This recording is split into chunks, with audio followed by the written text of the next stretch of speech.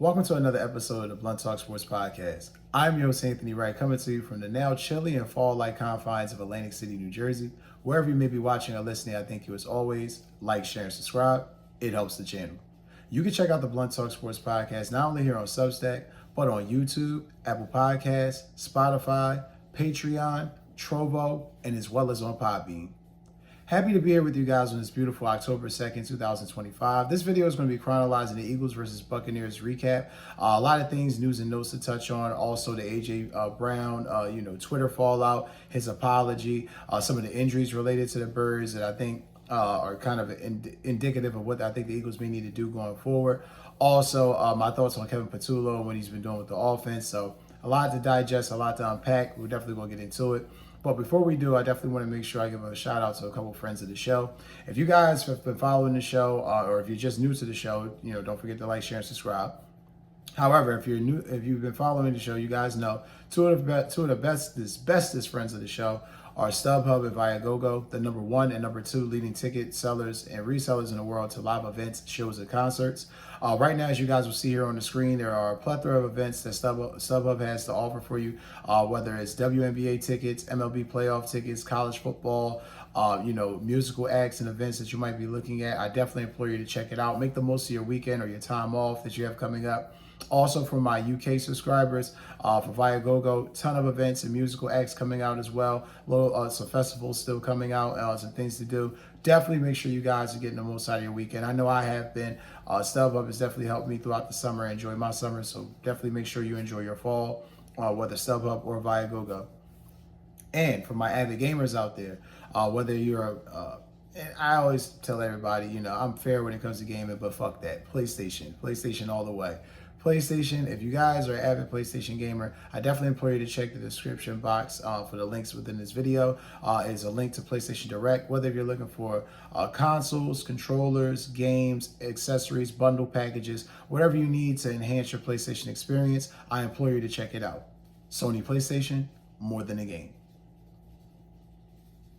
All right, guys, hopping right into this episode. So this recap video, I already did a live stream really detailing my live reaction, fresh off the game. This is more of a deep dive recap of some of the things that I thought were good and bad, and some of the things that I think need to get reviewed upon by the Eagles going into their game, their massive matchup of going up against the Denver Broncos at home next week, which is weirdly a 1 o'clock game again, but I'll take it. Early football is better than no football. Going into this game, though, we all knew that this was going to be a kind of a Clash of the Titans matchup.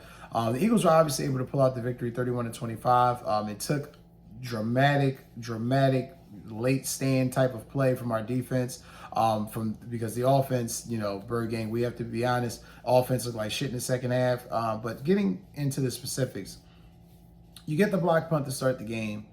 Special teams already contributes to some points. You get down there, that's great. You score another touchdown, you get Dallas Goedert in the end zone. You're feeling good. You're feeling great about yourselves. You essentially have felt great the whole first half.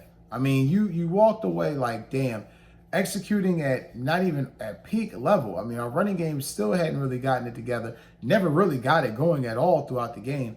And it just showed you that this team, even if one section of the part of the offense isn't working, they can still kill you with the other half. But it was that second half that was truly the death knell or potential death knell for this team. And it was truly startling to see. I mean, when you're looking at the fact that in the second half, the Eagles scored one touchdown the rest of the way after scoring a grand total of 1, 2. You scored 2 in the first half. You scored 1 in the second half. So that's,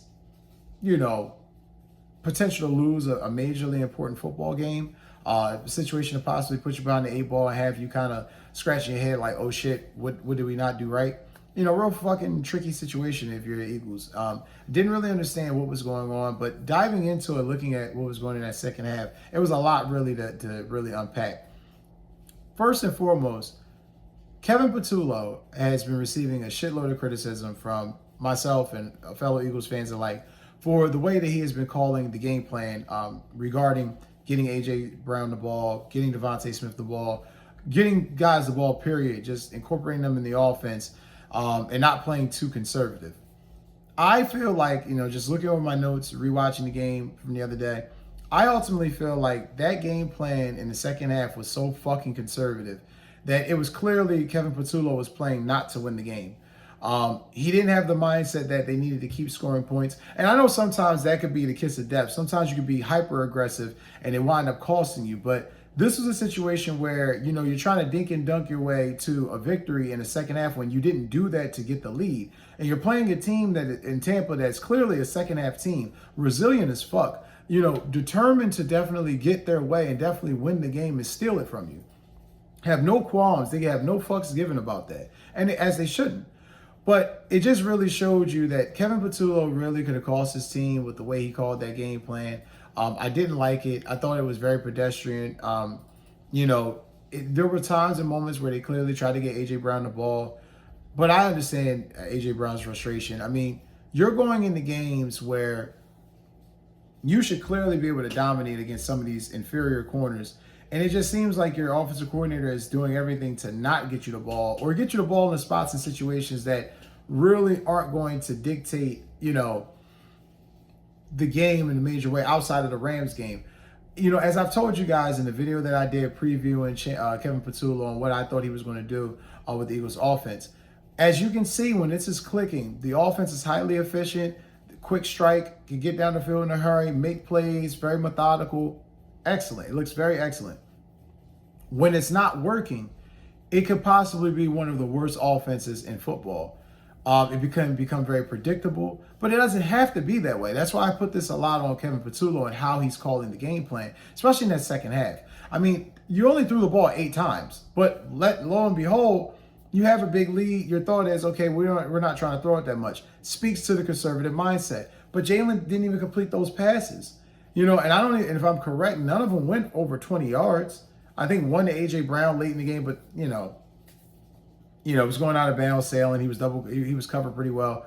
It just put the Eagles in a bad situation where they could have really have lost this game to a very talented and very fucking tenacious and just, Bucs team that just doesn't fucking quit. I mean, this team they don't believe in just succumbing to whatever you're trying to throw at them. So I got to give the Bucs a lot of credit. Baker Mayfield and the guys really, really, really had this team going. They really had the Eagles defense on their heels for a lot of the game. Now, I will say, one of the other things that kind of disturbed me was some of the officiating in the game. I very much think that the officiating was quite shitty. The Cooper DeJean 20 penalty was kind of weird. I know that they're really trying to do their best to officiate a lot of this stuff out of the game. However, I've seen way worse, not get penalized. So seeing that was kind of crazy. The Jalen Carter penalty, going into halftime where, he gets roughing the passer on Baker Mayfield, just put the Eagles in a weird situation. McLaughlin hits a 65-yard field goal. I still remember, I want to say it was 2006. The McNabb and Brian Westbrook Eagles went down to Tampa and lost to Tampa Bay on that long field goal. I mean, it's kind of a weird thing. I'm kind of scarred, traumatized as an Eagles fan by that shit. So I remember it vividly. So seeing McLaughlin make that field goal, it definitely gave you the idea that the Bucs were going to go into the second half with some juice. And they did. And then losing Lane Johnson to that neck injury, which second week in a row, he's been battling this neck stinger, something I think that the Eagles are definitely going to have to monitor the rest of the way. But nonetheless, he had to step out. I think that played a major factor as well. When he was in there, the offense was kind of flowing. Everything was moving. With the pass rushers that the Bucs have, you need Lane Johnson out there healthy. Fred Johnson, serviceable, but he's damn sure no Lane Johnson. That being said, it came down to a situation where the Eagles offense really had to try to figure out how to get rid of the ball quickly, compound that with the conservative play calling, ultra conservative play calling by Kevin Patullo. And it was a recipe for disaster, a potential recipe for disaster. But the Eagles defense, I felt like throughout the game was truly the bright spot for this team. Whether it was the Bucky Irving fumble, whether it was, Jahai Campbell getting the interception on Baker Mayfield on a first down in the red zone. Don't know what the fuck Baker Mayfield was thinking there. Trying to go for it all early, trying to go for the jugular. It cost them. But this defense is starting to come of age. Now, if you're looking at it statistically on the season, The Eagles' offense is ranked 7th. I mean, the Eagles' offense, let's be honest, even last year when they won the Super Bowl, I think they were ranked 7th or 8th. The Eagles have a top 10 offense. There's no argument there. With the weapons they have, especially when they're utilized properly, they have a top 10 offense. Defensively, we knew that this team was not going to be the same team going into this season, that they were going to have a lot of new faces, a lot of young guys coming in to step in and play. And currently they're ranked 15th out of 32. So middle of the pack, still finding their way. But I definitely feel and agree with Vic Fangio that this defense is growing. They're getting better. Jahad Campbell looks like a fucking steal at the spot that where we got him. Andrew Makuba looks like a steal at the spot that where we got him. I like how these guys are playing. Now Makuba gave up a deep ball on that Emeka Egbuka deep ball in the Tampa game late Sunday, but not going to hold that too much against them. That was a great pass by Baker Mayfield that went over 2 Eagles defenders. So split hair of a difference between that ball getting knocked down and a touchdown. So got to give Baker and Egbuka credit for that. But this defense is like literally truly starting to come into true form and really starting to show that they can be tenacious and they can really win the situational matchups. I think that's the difference between a championship team and a good team. A good team can look good when things are going great. When things are a little rough, they might be okay. When things are going bad, they don't really have a way to figure it out. This Eagles team, this young defense already early in the season, has had to overcome a lot early. Game on the line, game on their back against Dallas at week 1. Granted, CeeDee Lamb drop changes everything, but him dropping the ball, their defense, that played a factor. You have, obviously the matchup against the Rams, that played a factor. You had the matchup against, I'm drawing a blank, Kansas City. You see the things where this defense had to step up, had to bend but not break, and really had to show that they can hold their own. These young guys are really putting in work, and I'm really impressed with how they've played. If you look at the stats, Cooper DeJean had 9 tackles, by himself. So it's just one of those things where Philadelphia just has to continue to let this defense grow and mature, continue to sustain health as best as possible. Now, the right cornerback spot, still, what the fuck is that? Kaylee Ringo got in there, obviously, because Jacorian Bennett is injured. Dory Jackson was injured. Honestly, Dory Jackson being in there might have made the situation worse. But be that as it may, the Eagles have a situation where they got to get healthy as they possibly can, and they got to start playing better offensively if they really, really, really want to try to contend and threaten the rest of the conference in the AFC. Because though they are 18-1 or 19-1 against the AFC within the past year and a half, which is remarkable, it's an amazing stat. The NFC is getting better. Rams have played you to the tilt. You still haven't played the Packers. You're playing the Broncos this weekend, which is an AFC team, but you're still going to play some more of the elite teams down the stretch. This offense needs to be buttoned up if the Eagles have any shot at possibly or potentially repeating as champions. Going a bit further here, the offensive line. The offensive line scares me right now. Now, you heard me loosely touch on Lane Johnson's injury, which obviously that neck stinger thing is definitely something to keep an eye on. That's usually something a guy takes a couple weeks to really heal from before he can come back. Lane Johnson being the fucking soldier and warrior that he is, definitely expect him to see him back sooner than expected. Definitely expect him to see him back by this Denver game. Although, I will say, looking at how things really shook out, the offensive line has played like shit for a good portion of the year. I'm looking here at the stats from Pro Football Network. The Eagles currently are tied for 25th for team offensive line grade, and the offensive line grade is at 64, which is obviously a low mark. What are the weak spots along the line? No shock here. Tyler Steen, Landon Dickerson. Landon Dickerson, we all know, has been battling with an injury. May not really feel like himself at all throughout the season, pretty much playing as a quarter or a shell, 75% of himself, for lack of better words. Tyler Steen, repetition, just needs to keep playing more. Lane Johnson surprisingly has a offensive line grade of 78.9 early in the year, but still within the top 20 in his position, so not bad, but shows you he needs to definitely play a little bit better. Cam Jurgens and Jordan Mailata have been your best ranked offensive linemen. Mailata with a 96, Cam Jurgens with an 85. Your right guard and your left guard have to play better. It just clearly shows you that that's where a lot of pressures are coming from. That's where, Dickerson being injured is kind of a weird situation, but he's playing through it, so no excuse. Got to be better. That offensive line play usually is top notch. We're trying to figure out what's going on with the running game. If teams just keyed in on Saquon Barkley. No, it's not that. It's really that the offensive line is just not playing well at all. Once they, pass protection wise, I don't think they've been horrible, but they definitely have had moments where they could have been better. And then when you have this influx of guys coming in and out of the lineup, that definitely causes confusion too. So be that as it may, the Eagles definitely pulled out a good victory against Tampa, a much needed victory. Another true test will be coming up this week with them playing the Denver Broncos. But before we go in this episode, I want to go on my key takeaways from this game against Tampa.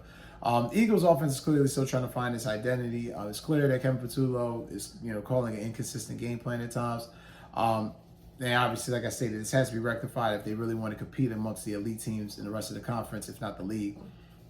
Eagles defense is getting better, obviously with situational football. Got to cool it on these dumbass penalties. It's really costing Eagles yards. There's statistically, they would be a better defense if they weren't giving up so many penalty yards. I'm throwing this out there now. No one else has said this, but I'm going to say this. The Eagles might have to holler at the Bengals for Trey Hendrickson. Might have to see what their year rental is looking like, 2-year rental is looking like, because you don't get Nolan Smith back for a while. You lose Okoronkwo. You're in a situation where you're getting thin on the D-line. You're playing more or less 3 to 4 guys. Might need to make a move for a defensive end that can definitely help you right now. It's why it's no secret that the Eagles were in on the Michael Parsons sweepstakes. Definitely we're trying to address that issue. And last but not least, again, shout out to the Buccaneers. Tampa Bay is legit. The victory felt more than, more for what it meant more for Philly than what teams and people could possibly imagine. Tampa's been a house of horrors for Philadelphia. To be able to get in there and to get that victory and the pull that went out, and to make sure that now they have kind of like a control and they're still the top dog in the NFC, and teams are still going to have to go through them. It just helps in the case for Philadelphia. Just keep stacking wins, because as soon you're going to start hearing that home field advantage argument within the next couple of months. So the more wins the Eagles stack up, the better the situation they be in to potentially not only repeat, but have the playoffs run through Philadelphia again. That's going to do it for this episode, guys. As always, I love you for watching. Don't forget to like, share, and subscribe. Take care. Fly, Eagles, fly, and enjoy the rest of your day.